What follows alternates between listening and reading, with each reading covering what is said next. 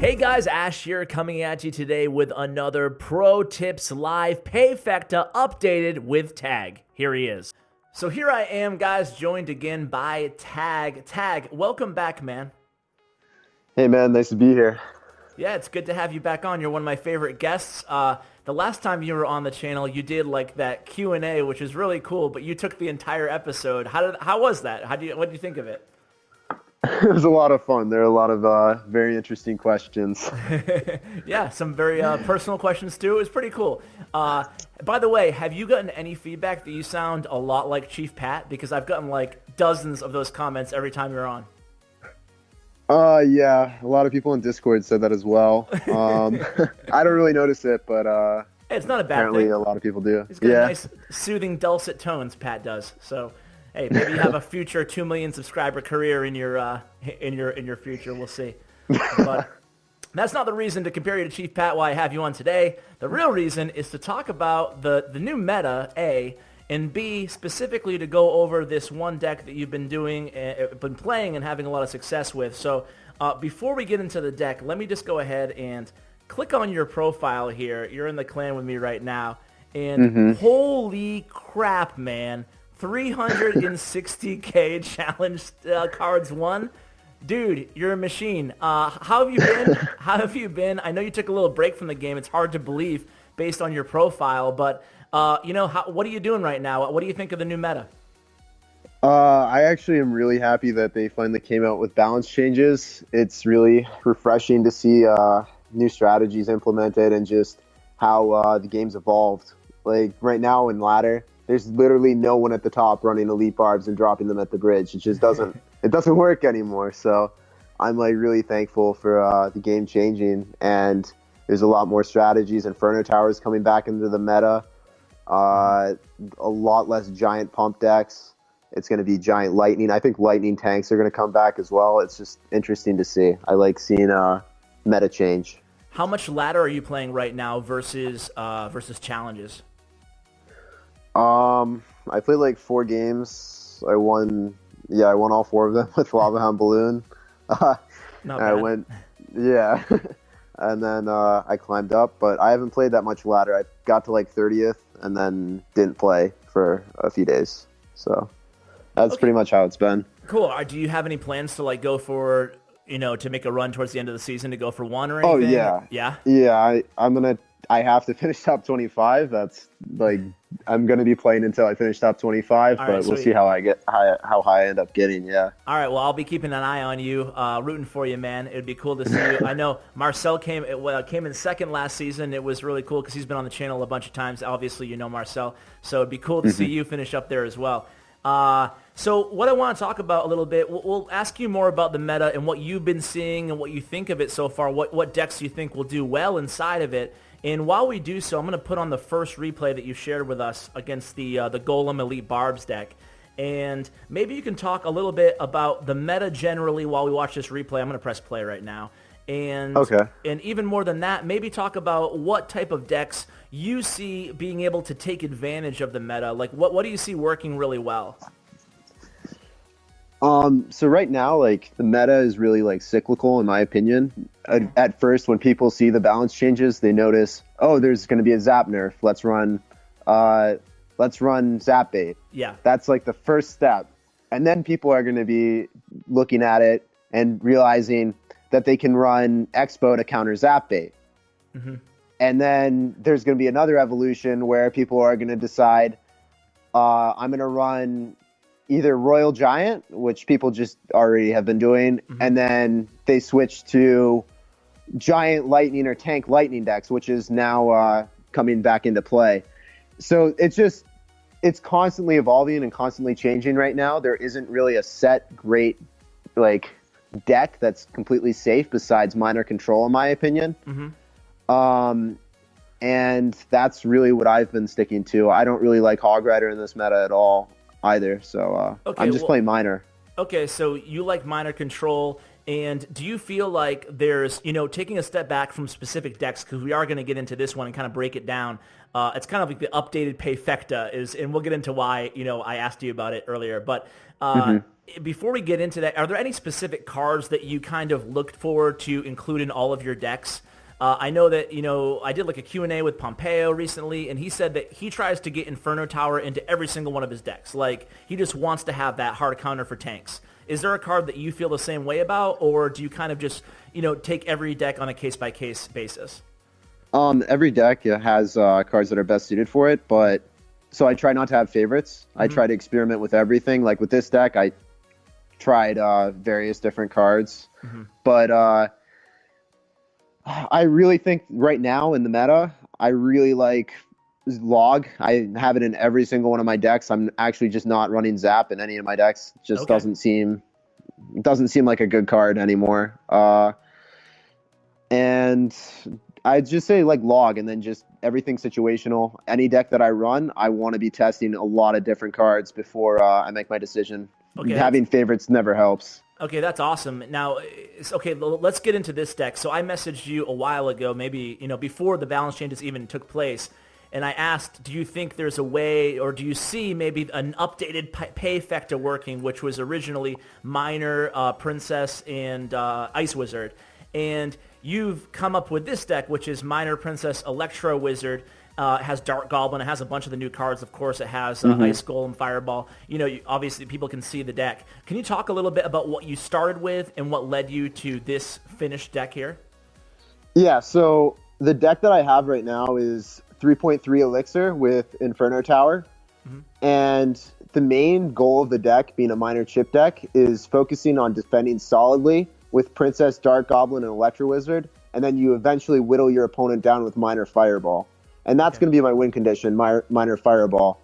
And the deck has Princess and Dark Goblin because they synergize really well together. I wouldn't really run Dark Goblin with something that isn't another log bait, because if they just log your Dark Goblin, it's really useless. And just using the Dark Goblin and the Princess, one of them won't be logged. You always want to have them in separate lanes. It always produces a really cost-efficient trade, especially on defense. So that's why I like that. Electrowizard right now, because it doesn't die to Fireball, it's synergy with the Inferno Tower that you just saw in the Golem game. The Golem really didn't have a chance at breaking past that. It was pretty easy. Okay. Against tank decks like Lava Hound, Balloon, Golem, those are pretty easy wins. Yeah, it seems like you can defend pretty much against any archetype pretty well with this deck.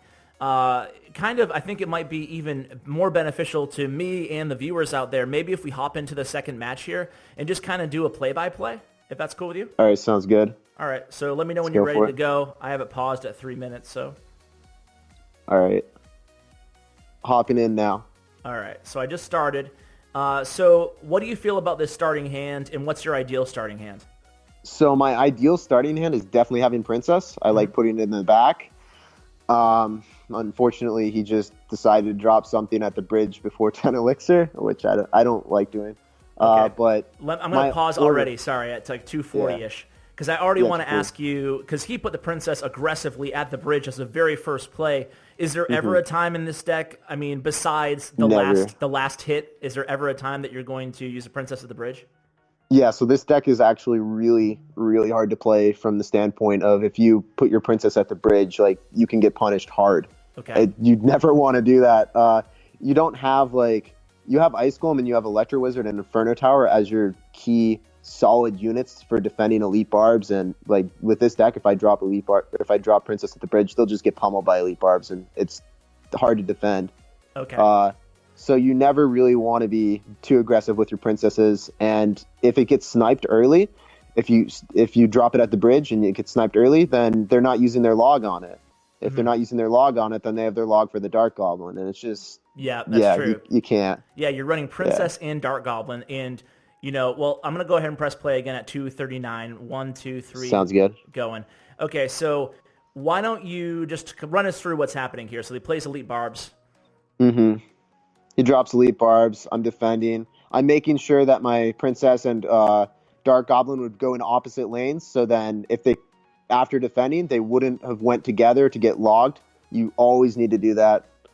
Otherwise, it's pretty brutal. And I noticed there you had the Dark Goblin survive, but you had like the discipline not to send in your miner, knowing that you were at an elixir disadvantage there. Yeah, sometimes with this deck, you're definitely going to have to use your miner in awkward situations to defend, but it's definitely worth it. Okay. Yeah. Right here, he zaps my princess, which is annoying.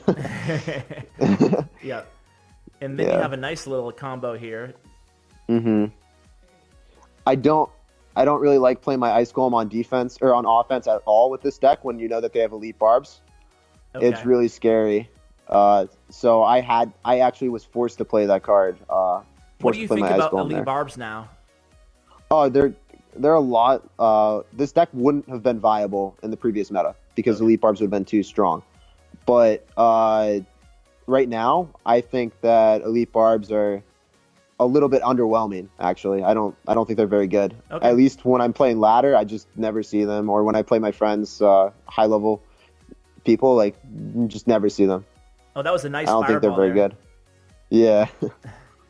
Okay, so always trying to get value. Yeah, so walk us through your mindset here. It looks to me like, and it's pretty straightforward, I guess, but you're just trying to defend and then just throw in your miner when you have a little bit of an advantage. Is that pretty much exactly? Okay. So trying to separate my units, having the princess in the opposite lane, and whenever I defend, I use the defending units along with a miner to capitalize on that, especially with the Electrowizard, which stuns the tower. It's just ridiculous. Yeah.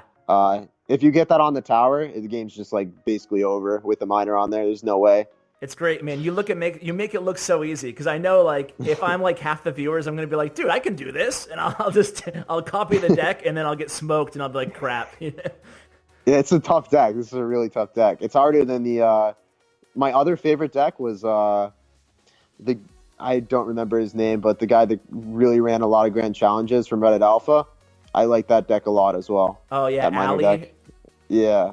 Yeah. That was a control deck as well. Yeah. So you're just continually just using the miner. So what are like some common mistakes here? You talked about a few of them already, but it's so defensively oriented. Is there a way to be too aggressive with the miner even, or is that one card you're not afraid to go in with? Yeah, there is definitely some situations that miner is not like the best thing to do. I don't like playing my miner at the start. I mean, I'd much rather cycle my princess in the back because if they have, there's a few common mistakes that you can do with miner. If they have pump in their starting hand and they throw a pump down right after, it hurts a lot. It doesn't feel good if you cycle it at the start. Yeah. And then, it's brutal. Also, dropping your miner on the right side of the tower for your opening play. I think I did that before in one of the replays, but you're not supposed to do it because you can get tornadoed and you just lose the game. It's outright, like there's no way of coming back because then you always have to predictably place it in the same spot every single time after that to not get hit by the king tower. Yeah, that's a really good point. I think I've had that happen to me recently, unfortunately. Yeah. But let's hop into the third replay here. I'm going to pause it at the start again. And I do want to ask you, maybe this will be pertinent in this replay, maybe it won't be, but I'm curious, in a deck like this where you don't have like an obvious like unload option in the opposite lane after your opponent drops like an expensive unit. So how do you play against like, we did see that Golem replay, but of course I was just blabbing my head off to you. But like when you find yourself at a big elixir advantage because they've dropped a big expensive tank, what do you do in this deck? It's not like you can just aggressively unload on the other lane all the time. What do you normally do? Yeah, you can't unload at all. Sometimes I go for minering on the lower tower. I'll cycle either Dark Goblin at the bridge, or I'll try to or I'll drop. Ideally, just drop Princess in the opposite lane in the back. That's always the best play. Yeah, just to have some weak side defense. Okay.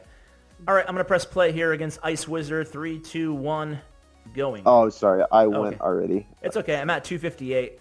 While I'm waiting for you to catch up here. You can see starting hand this time, no miner. You have Dark Goblin, Fireball, Inferno Tower, Ice Golem in the starting hand. So how do you feel about this starting hand before I press play? I'd probably draw up Dark Goblin at the bridge. Okay. So you will do Dark Goblin at the bridge. I will do Dark Goblin at the bridge, or like if it's a more competitive game, not Grand Challenge, you can if you don't want to risk it at all, you can literally just feel safe, not playing anything and waiting for your opponent. It's fine. Like with this deck, sometimes you'll get bad hands. Okay, let's press play. Yeah. 3, 2, 1, going. Go. All right. Okay, so you're playing against a very interesting variation of a Zap Bait deck with Inferno Dragon, so this should be interesting. This was the most awkward hand ever, having to cycle Ice Golem like that, and then also not having log.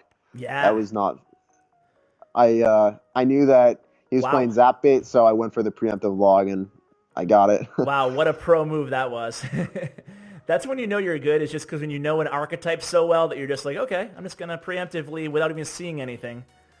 So typical decks that are going to be running Skarmy and doing that are Lava Loon and Zap Bait. So those are the two ones that, if you recognize the decks, you can go for that log, especially against Lava Loon, because the Zap or the log isn't going to do anything for you anyways besides that.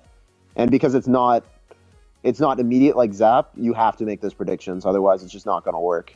Okay, so once you know that they're playing the Zap Bait deck, what are you going to do defensively? Because you have obviously the log, which is a great answer to Goblin Barrel. You know he has Mirror though, and of course the fact that he has Skeleton Army is going to make you a little bit inclined to use the log offensively with a miner like you did in the beginning too. So how are you playing this?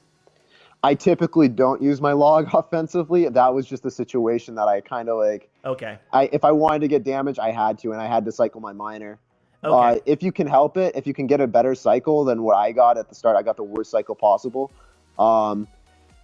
If you can get a better cycle, you always want to be saving your log for defense, and then your fireball, you can use that offensively in conjunction with the miner. That's typically the best play. And having your miner near the furnace, and then being able to fireball the furnace and whatever they drop as well. So you drop your miner right on the right corner, bottom right corner, where I did right there, and then I think I'm going to fireball. I should fireball that, I think. Yeah. There it is. Yeah, very nice. And that got a lot of damage with chip damage, killed the Skarmy, miner. Took out the furnace. Yeah, that was great. Oh, this is such a nice log coming up here. Yeah. Looking down the road. So what do you think of the Dark Goblin, and what are your early thoughts? Well, you haven't played it yet, obviously, but any thoughts on the Executioner? I think the Executioner is just going to completely rip apart all these Zap Bait decks. And people are saying like that it's not going to be that great because of Hog Rider. I mean, Hog Rider might see a resurgence, but I think that the Executioner is going to be amazing. I think it's going to be good for the game as well. Awesome. Yeah, he should be live, actually, I think the day this video is released. So you guys probably might already have him, actually, if you're hearing this. So according to Tag, use him. Or level him up, I should say, at least. Yeah. Yeah, I just recorded the sneak peek thing for the Executioner, and you're right, man. His boomerang effect actually comes in more handy than you might think, because if he's targeting, for example, a Lava Hound, as the Lava Hound dies, the boomerang effect goes and kills all the pups on the swing back, So it's pretty cool. That's pretty awesome, yeah. All right. I think that Lava Loon is just going to die completely because of that. Yeah. And it's probably going to be using a lot of miner decks. So if you want to practice miner, okay, well, now's probably the time. Yeah, I think, those are some good replays and a nice little foundation for you guys to build off of. I want to be respectful of your time, so I won't keep you any longer. But actually, I did ask you about the Dark Goblin. Obviously, you like him. I mean, he's in the deck that you're dominating with here. But is there any other thoughts? Do you think he fits in well with any deck? Or, what do you think of the card overall?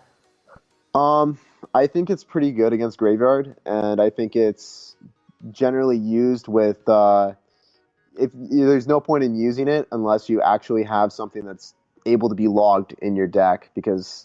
you can't really depend on it to get value otherwise. It's if you want to counter Graveyard with it, you also kind of need a support troop like Ice Golem, which if you're running against Graveyard in this deck, make sure that you drop it if the Graveyard's on the left tower, you always want to be dropping it on the left bottom corner, the Ice Golem, so then it maximizes the amount of skeletons it picks up in conjunction with the Dark Goblin. It'll counter Graveyard pretty flawlessly. Sweet, man. Yeah. But yeah, I think Dark Goblin's a pretty good card.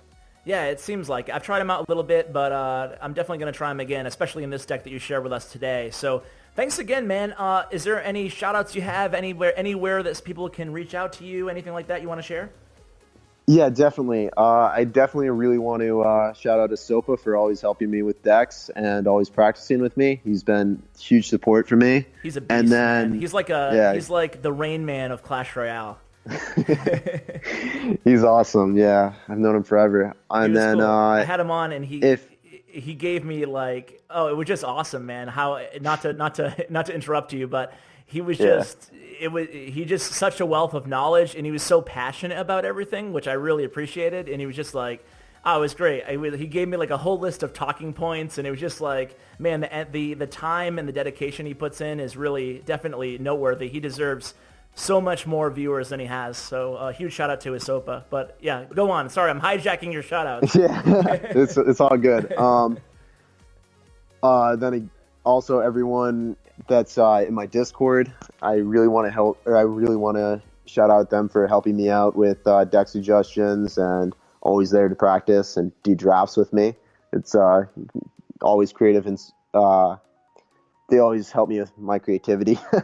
And then you can always reach out to me in on Twitter, SirTag your let's see, I'll link SirTag CR. Yeah, that, and then I'm probably going to be streaming in the next week or so. No I don't know how that's really? going to go. Yeah. Are you going to be on Twitch or? On Twitch, yeah. I did a test session. It went pretty well. I'm just trying to get everything set up before I make it official. Dude, that's big news. Let me know, and I'll tweet it out when you're live. That way people can kind of, people who are watching here can definitely can see you. But you should be following Tag as is, guys, obviously. So, dude, thanks a lot, man. Thanks again. It was a pleasure kind of reviewing this deck. I'm going to go give it a try now. Excited to do so. I'll let you know how I do. All right. All right, man. Take care. Peace.